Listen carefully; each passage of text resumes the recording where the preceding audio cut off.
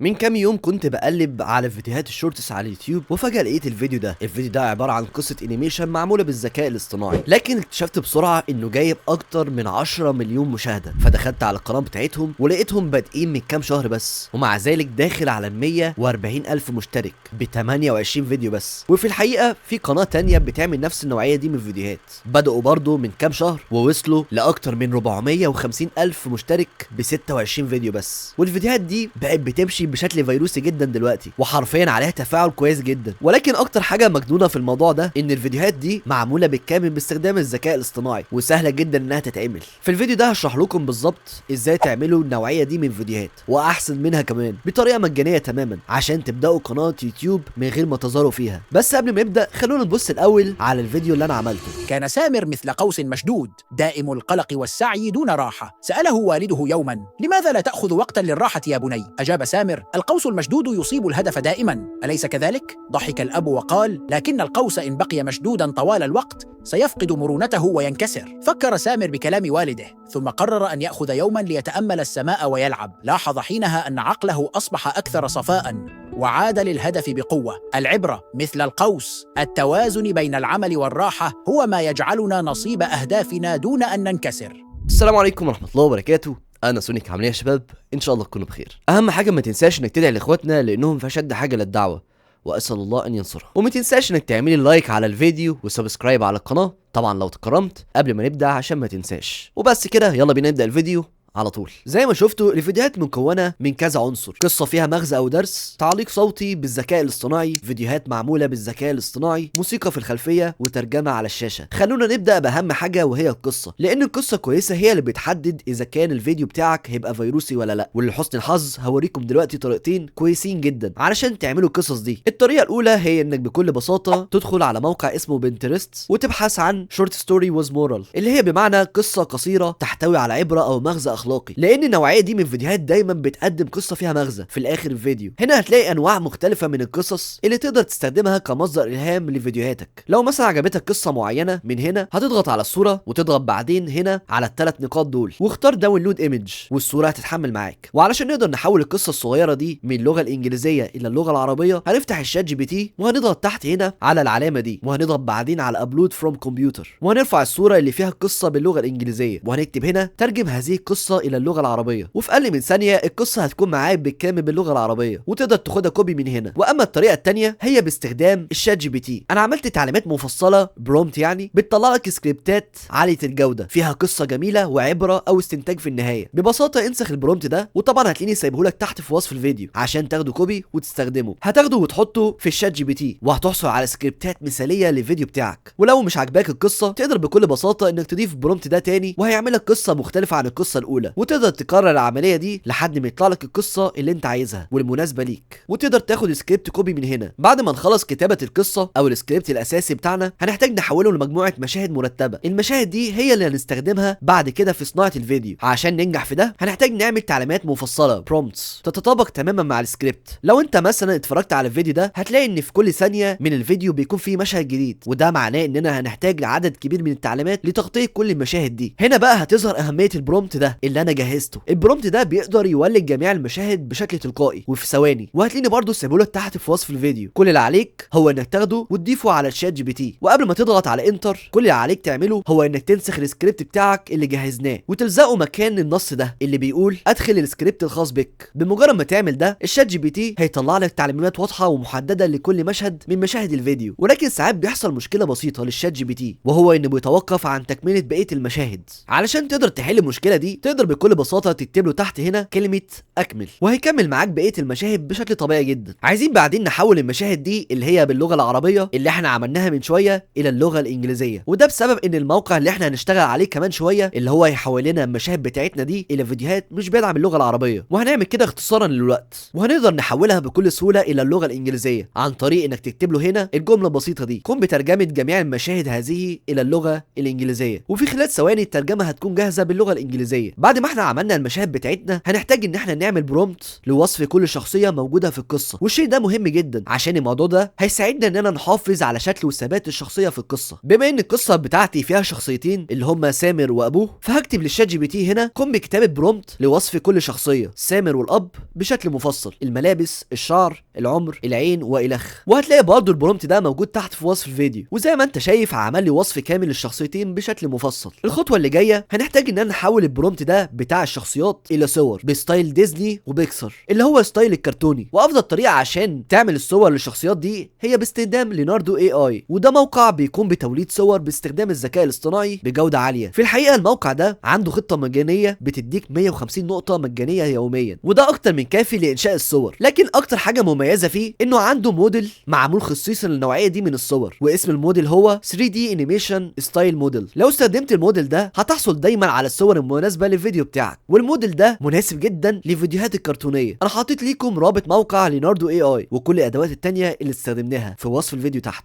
لو شايف الكلام ده مفيد وعايز تشوف تريكات اكتر زي دي، هيكون دعم كبير لو عملت لايك للفيديو وسبسكرايب للقناه. شكرا ليكم ويلا بينا نكمل. دلوقتي ادخل على ليناردو اي اي وروح على فاين توند موديلز من الشريط الجانبي على الشاشه، وبعدها اختار 3D انيميشن ستايل موديل. لو شغال على الخطه المجانيه انصحك تضيف الخاصيه اللي اسمها الكيمي. هي فعلا هتقلل جوده الصور شويه، لكنه كمان هيخلي تكلفه الصوره ارخص. يعني بدل ما تكون تكلفه الصوره ب 20 توكنز هتكلفك 4 توكنز بس من اصل ال 150 توكنز اللي موجودين معاك. دلوقتي ارجع للشات جي بي تي وانسخ اول برومبت لاول شخصيه وحطها في موقع ليناردو، ومن شريط الجانبي على الشاشه هتنزل تحت شويه عند ادفانسد كنترولز واختار المقاس ده اللي هو من 9 ل 16 علشان المقاس ده مناسب للفيديوهات القصيره اللي هي بتكون بالطول. واضغط من فوق هنا على جنريت، وهيبدا دلوقتي في انتاج او توليد الصور، وفي خلال ثواني الصور هتكون جاهزه وهيعمل لك 4 صور مختلفه. انا بصراحه عجبتني الصوره دي اكتر فهضغط تحت هنا على داونلود والصوره هتتحمل معايا. لو الصوره ما كانتش عاجباك تقدر تضغط فوق هنا تاني على جنريت وهيكون بانتاج 4 صور جديده، وتقدر تكرر العمليه دي لحد ما يطلع لك الصوره المناسبه ليك. وكرر العمليه دي على البرومت التاني اللي هو لشخصيه الاب، والصراحه طلع برده معايا صور جميله جدا، ولكن انا عجبتني الصوره دي اكتر وعامل لها داونلود من هنا. بعد ما خلصنا تصميم الشخصيتين بتوعنا واللي بفضل شغلنا طلعوا بشكل رائع جدا، دلوقتي جه دور الخطوه الاهم اننا ناخد الشخصيتين دول ونربطهم بالمشاهد اللي جهزناها من السكريبت بتاعنا ونحولها لفيديو. الفكره هنا اننا هنستخدم الشخصيتين دول عشان نخلق مشاهد متكامله ومترابطه تعبر عن القصه اللي كتبناها. هنعمل ده باستخدام اداه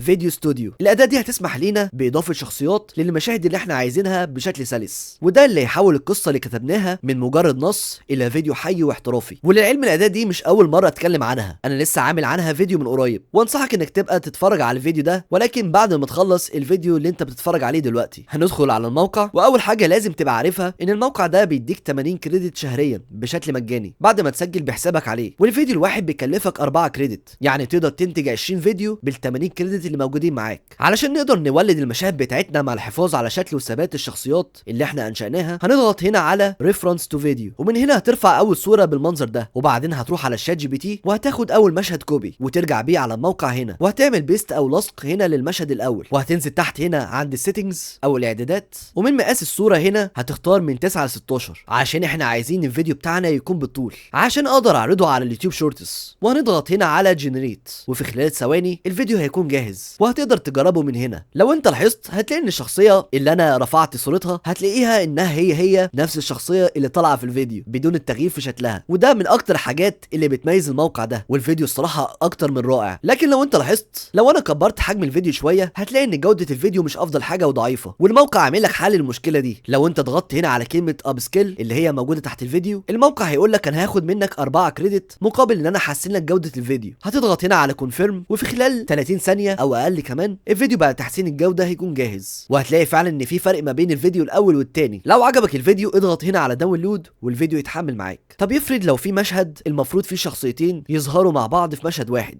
ازاي تقدر تطلعهم مع بعض؟ ده مثلا مشهد من المشاهد المفروض فيه شخصيتين يظهروا مع بعض، هاخده كوبي وهمسح المشهد القديم وهبدله بالمشهد الجديد، وهعمل من هنا حذف للصوره. في هنا بقى خيار تم اضافته بشكل جديد مع التحديث الجديد للموقع، والخيار ده لو انا فعلته من هنا بيسمح لي ان انا اقدر ارفع اكتر من شخصيه واطلعهم كلهم في مشهد واحد مع حفاظ على ثبات الشخصيات. ده حتى بيسمح لك انك انت تقدر ترفع 3 شخصيات مع بعض كمان مش شخصيتين بس. لو انا ضغطت هنا على علامه الزائد هيتم اضافه خانه ثالثه اقدر ان انا ارفع فيها الشخصيه الثالثه التالتة لو انا حابب. والصراحة الموقع بقى اكتر من رائع بعد التحديث الجديد اللي هو فيديو 1.5. لكن انا فقط عايز ارفع شخصيتين، فهلغي الخانة التالتة دي من هنا وهضيف في الخانة الاولى اول شخصية، واما في الخانة التانية هضيف الشخصية التانية، وهضغط بعدين هنا على جنريت، وفي خلال ثواني الفيديو هيكون جاهز. وعايزك تستعد للانبهار. زي ما انت شايف كده برضو قدر انه يحافظ على ثبات الشخصيتين، والنتيجة رائعة جدا. وهعمل لها داونلود من هنا. دلوقتي كل اللي عليك هتعمله هو انك تبدا تشتغل على المشاهد واحده واحده، بمعنى هتاخد اول مشهد من اللي جهزناه وتضيفه على الموقع اللي بنشتغل عليه. لو المشهد محتاج يكون فيه شخصيتين مع بعض، ببساطه هتضيف الصورتين الخاصه بالشخصيتين اللي صممناهم قبل كده. اما لو مشهد محتاج شخصيه واحده بس، هتضيف الشخصيه المناسبه للمشهد ده. بعد كده هتكرر نفس الخطوات مع المشهد اللي بعده، وهكذا لحد ما تخلص كل المشاهد بتاعتك. المهم انك تركز على ان كل مشهد يطلع مظبوط ومعبر عن الفكره اللي حاطينها فيها السكريبت. اما لو انت خلص منك ال 80 كريدت بتوعك اللي انت بتاخدهم بشكل مجاني، هتتفرج على الفيديو ده في الدقيقه اللي ظاهره قدامك على الشاشه. وفي الدقيقه دي هشرح لك ازاي تقدر تجدد ال 80 كريدت بشكل مجاني زي ما انت عايز تاني، عشان مش عايزين الفيديو يطول مننا. وهتلاقي رابط الفيديو ده موجود تحت في وصف الفيديو. بعد ما خلصنا تحويل المشاهد بتاعتنا من نصوص الى فيديوهات، في خطوه مهمه جدا لازم نعملها قبل ما تبدا تجمع كل ده مع بعض في برنامج المونتاج، وهي اضافه التعليق الصوتي. وهنا باكد لكم ان اختيار الصوت المناسب بيضيف جوده واحترافيه للفيديو، عشان كده انا برشح ليكم موقع 11 لابس. ده واحد من افضل مواقع الذكاء الاصطناعي لانتاج اصوات طبيعيه جدا. واكتر حاجه مميزه فيه انه بيوفر لك خطه مجانيه بتديك 10 دقائق شهريا، وده اكتر من كافي لو الفيديو بتاعك قصير. ببساطه هتدخل على موقع 11 لابس وهتروح تاخد كوبي للسكريبت اللي احنا عملناه في بدايه الفيديو، وتضيفه بعدين على موقع 11 لابس، وتختار من هنا الصوت المناسب من الخيارات المتاحه. انا مثلا عجبني الصوت ده. بعد كده اضغط على جنريت عشان يبدا في توليد التعليق الصوتي، وفي خلال ثواني هيكون جاهز. وتعالى كده اسمعك جزء صغير من التعليق الصوتي. كان سامر مثل قوس مشدود، دائم القلق والسعي دون راحة. سأله والده يوما: لماذا لا تأخذ وقتا للراحة يا بني؟ بعد كده هتحمل التعليق الصوتي من هنا. بعد ما تجهز كل العناصر الفيديوهات والتعليق الصوتي، هتحتاج تجمعهم مع بعض. افضل برنامج للمونتاج سريع هو كاب كات. ده برنامج مجاني وسهل الاستخدام، وكمان فيه ميزه الترجمه التلقائيه اللي شفناها في الفيديوهات اللي انا عرضتها في بدايه الفيديو. هتفتح برنامج كاب كات واضغط هنا على كرييت بروجكت، والبرنامج هيفتح معاك بالمنظر ده. هتضغط هنا على امبورت وهترفع جميع الملفات اللي احنا انشأناها زي الفيديوهات والتعليق الصوتي. هنبدا اول حاجه ان نسحب التعليق الصوتي اللي جهزناه وننزله تحت هنا في التايم لاين داخل برنامج المونتاج. زي ما انت شايف لما تضيف التعليق الصوتي هتلاحظ وجود فراغات ما بين الكلام. الفراغات دي مهمه جدا اننا ننزلها عشان الفيديو يكون سريع ومترابط، وده لان الفيديوهات القصيره زي ما انتم عارفين مدتها بتكون اقل من 60 ثانيه فقط، فلازم كل ثانيه تكون مفيده ومليانه بالمحتوى. ببساطه نروح للفراغات دي ونقصها او نحذفها عشان الكلام يكون متصل ومباشر. وعلشان نقدر نعمل كده هنروح هنا بالمؤشر عند بدايه الفراغ من هنا، وتاكد انك انت محدد على التعليق الصوتي. بعدين هتضغط من الكيبورد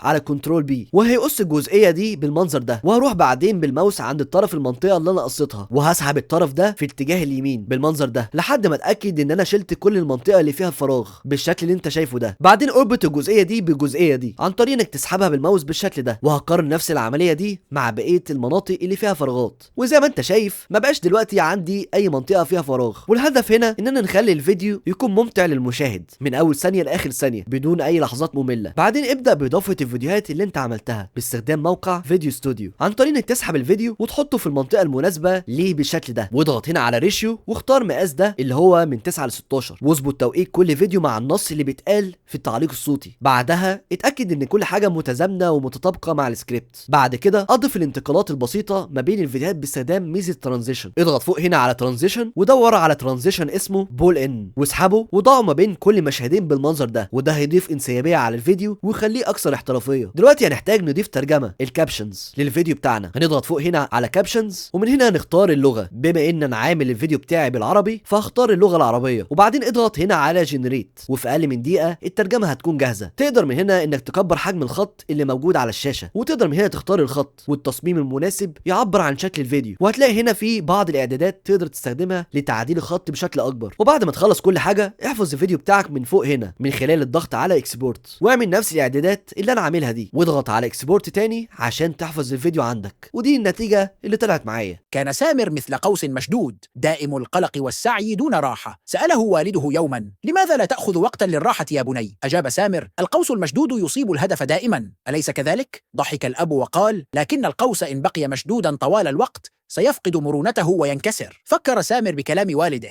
ثم قرر أن يأخذ يوما ليتأمل السماء ويلعب. لاحظ حينها أن عقله أصبح أكثر صفاء، وعاد للهدف بقوة. العبرة مثل القوس، التوازن بين العمل والراحة هو ما يجعلنا نصيب أهدافنا دون أن ننكسر. وبكده نكون خلصنا الفيديو. لما تشوف الفيديو النهائي هتلاحظ انه ممتع ومتكامل من كل النواحي، القصة، الفيديو، التعليق الصوتي. دلوقتي بقى جهز نفسك علشان تنشر الفيديو على قناتك وتبدأ رحلة النجاح بتاعتك. ودي كانت كل حاجة. زي ما شفتوا العملية بسيطة جدا لو استخدمت ادوات المناسبة مع شوية مجهود واستمرارية تقدر تبدأ قناتك وتوصل لنتائج مبهرة زي القنوات اللي شفناها في اول الفيديو. بس قبل ما نختم في نقطة مهمة، النوع ده من الفيديوهات بقى شائع جدا الفترة الأخيرة، فمهم جدا انك تضيف لمسة خاصة بيك على الفيديوهات بتاعتك، سواء كان من خلال اختيار القصة او الاسلوب السردي او حتى تصميم الفيديوهات. ده هيخلي قناتك تتميز عن بقيه القنوات التانية وتبني جمهور وفي. لو عندك اي سؤال او عايز مساعده اضافيه اكتب لي تحت في التعليقات وانا هكون سعيد جدا ان انا اساعدك. وما تنساش تعمل لي لايك وسبسكرايب لو لسه ما عملتش. وشكرا على المشاهده. كان معكم سونيك، ان شاء الله اشوفكم في الفيديو اللي جاي. في امان الله.